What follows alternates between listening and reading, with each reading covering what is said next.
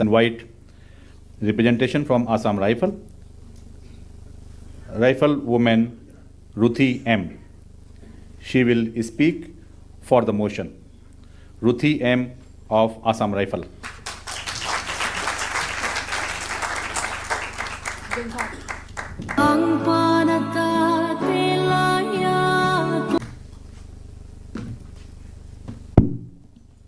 Equality, justice, and freedom for all is the 2023 Universal Declaration of Human Rights theme, which carries profound significance and encapsulates the core principles that the United Nations uphold in its principles to promote and protect human rights worldwide. Ladies and gentlemen, honorable educators, and members of the POSIT team, I am Riflewoman Ruthi Vaipe from Assam Rifles, and one with you all by motive to affirm the motion that human rights are independent of duties. Human rights are those rights which are inherent and intrinsic. No society, no government can deny anyone their human rights. It is derived by virtue of humanity or from the principal nature of law. They are not created by any legislation, but they are based on elementary human needs. It is the rights that we have simply because we exist as humans and not granted by any state. By ensuring the inherent nature of human rights, we ensure a just and equitable society that respects the very dignity of our individual. One must be well aware that human rights have evolved back in the 6th century BCE. An evidence of it is the Cyrus cylinder, where the people had every rights and no duties. It was all based on natural rights, which evolved as part of the medieval period or the natural law tradition. To my fellow opponents who are confusing human rights and fundamental rights, let me tell you this. Human rights are universal and intrinsic, internationally and globally protected and not bounded by any duties, while fundamental rights are country-specific, only constitutionally protected and bounded by the fundamental duties guaranteed by one's constitution and one's country. The independence of human rights fosters social justice by ensuring that each individual is treated with fairness and equality.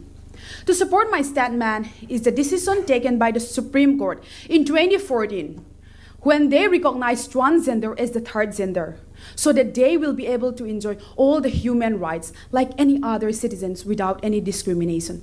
Another example is the action taken by the National Human Rights Commission in Kerala on 29 June 2007, where 5 HIV-positive school-going children were denied entry and sent back from school.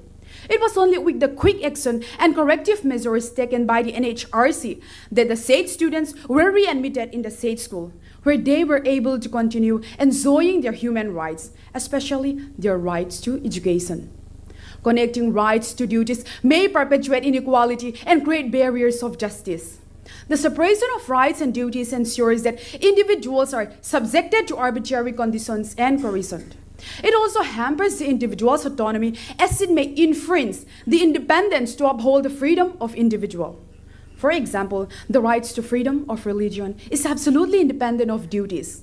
People have the right and freedom to follow their chosen faith without being required to perform certain duties in exchange for that right. Independence from duties gives a person the ability and priority to compete with other powerful considerations such as national stability, national and global prosperity too. In addition to these rights, the United Nations also has its International Covenant on Economic, Social, and Cultural Rights and the International Covenant on Civil and Political Rights. The former focuses on issues like right to life, freedom of speech, religion, and voting. On the other hand, the latter focuses on food, education, healthcare, and living.